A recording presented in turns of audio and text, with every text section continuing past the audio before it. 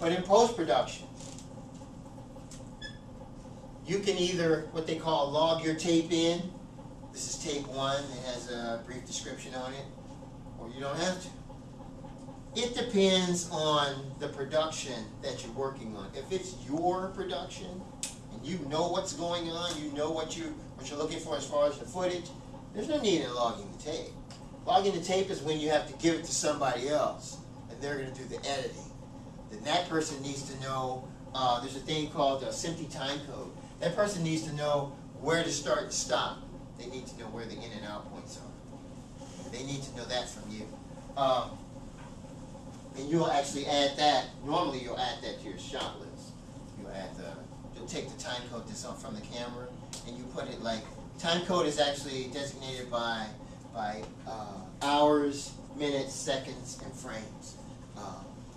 And so in the shot list, you actually put that down based on the time code information that comes from the camera. But again, if it's yours, if it's your own personal stuff, you don't have to worry about it. You don't have to worry. I mean, unless you want to just sit there and actually make it look like you're doing something really professional. Well, you got all those numbers. What is that? I don't know. It's mathematical. And then people will be impressed and like, wow, that person made that really good. So you want to also incorporate graphics and effects. Well, this is kind of like part of the software, so that's actually going to be something that you're going to consider anyway. That'll just make the movie a little bit more appealing. But what you need to remember is that,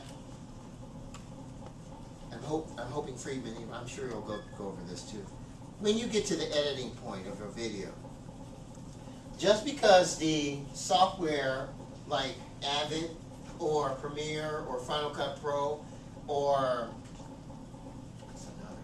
Pinnacle or any software or Windows Movie Maker or iMovie, if they have like certain effects, just because it has that to offer, that doesn't mean you have to use them. Okay? When you look at a movie, what you don't see is you don't see a person walking and all of a sudden the whole scene just dissolves. You know, then they dissolve back and they're still walking. You don't see that. You know, because that'd be kind of weird. Or you don't see a movie where two people are sitting there, they're eating at the table, and all of a sudden the image just turns into a 3D block and turns around. It'd be kind of weird. I mean, the effects have to be used for a reason. There's no reasoning behind it. Using it becomes problematic because we lose track of what's going on with the story. We're like, man, this is cool, but I don't know what I'm looking at. You know, I don't know.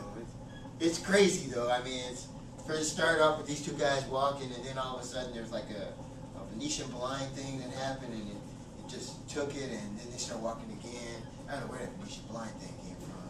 You know, 'cause I've never seen that. I've been walking a long time. I've never seen like the world just turn to a Venetian blind. I've never seen that happen.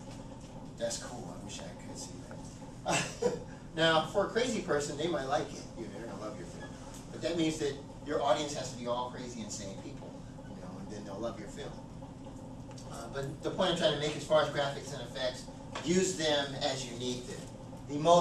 The best effect is the cut still. The cut is still the best effect. That's still the best one. It's the best transition because it gets you from one point to the other. The fade and the dissolve is always good, but a fade and a dissolve just means if you're going to use a fade or a dissolve, you're staying in the same scene. You're dissolving from one point to another, but you're still in the same scene. A cut stops that. It stops that action. That scene, it stops it, and then it starts another action, is what it's for. Mixing audio and dubs and effects. Dubs is just another word for copy. And effects music. This is something that, again, it's going to have to be by the discretion of you. Unless you're doing a music video, and if you're doing a music video for some band or some rap group, I'm almost 98.9% sure that they'll be sitting right with you, and all you'll be doing is the editing, and they'll be telling you, you know, okay, I like that shot. Yeah, we probably can move this around, and can we bring the music up on that? I like that, I like that. Okay, let's see if we can fix that music. they're directing you what they want. In film, the editor, the truism is that in film and video, depending on what your production entails, if it's your own personal production, all of this is under your discretion. If it's for somebody else, they become the person or persons that come into the room, into the editing room, and they direct or they dictate what they want as far as the final look. So you don't have to use your own opinion. You're just sitting there and you're controlling what they're looking for.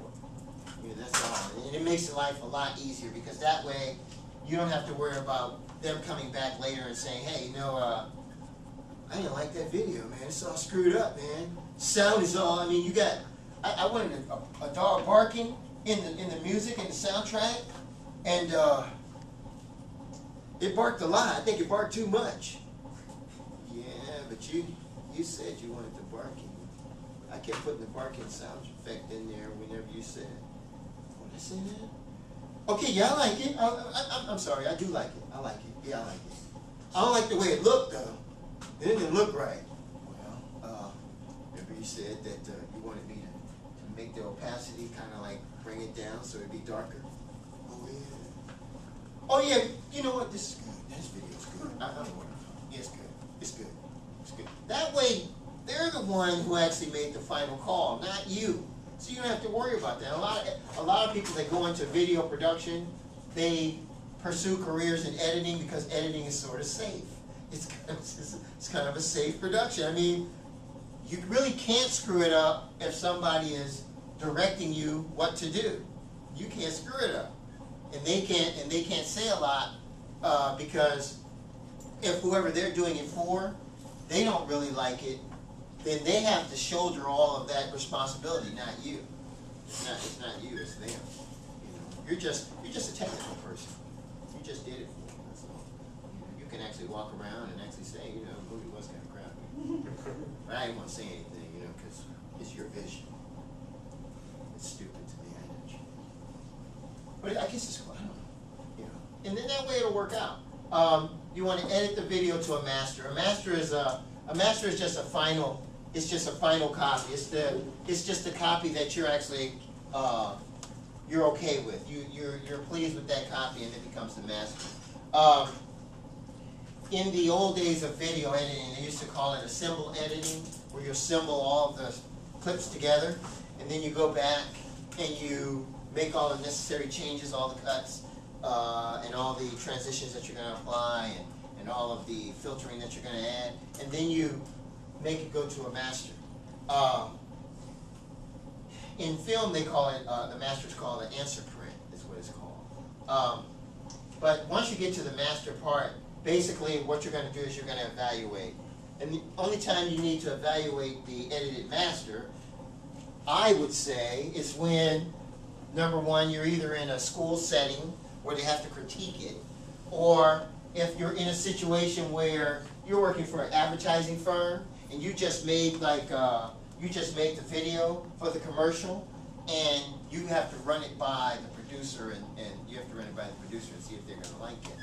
You know, well then yeah, then you'll be sitting on pins and needles. If it's crappy, you know, you'll be like worried. You should be worried. But if it's not, you should have nothing to worry about. You know, unless your vision was to make a commercial for some perfume, and you decided that you didn't want to make a video on perfume.